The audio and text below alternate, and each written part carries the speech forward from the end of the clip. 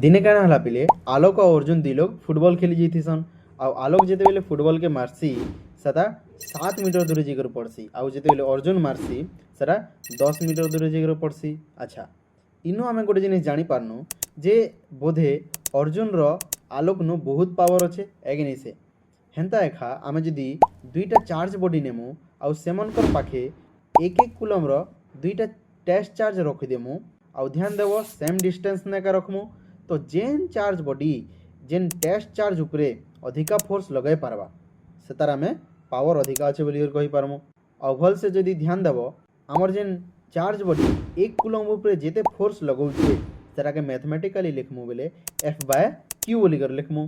आउ फिजिक्स ने इटाके आमे कहसु इलेक्ट्रिक फील्ड इंटेंसिटी बोली किना इने इंटेंसिटी बेले काना जानछो पावर जेनटा कि आमे आलोक आउ अर्जुन रो चेक कनु है कि से आउ इटाके आमे डिनोट करसु कैपिटल ई ने। तो मजा लागला पिले एंता मजा मजा ना जदि फिजिक्स पढ़वार छे बेले फॉलो करी पको। Thank you.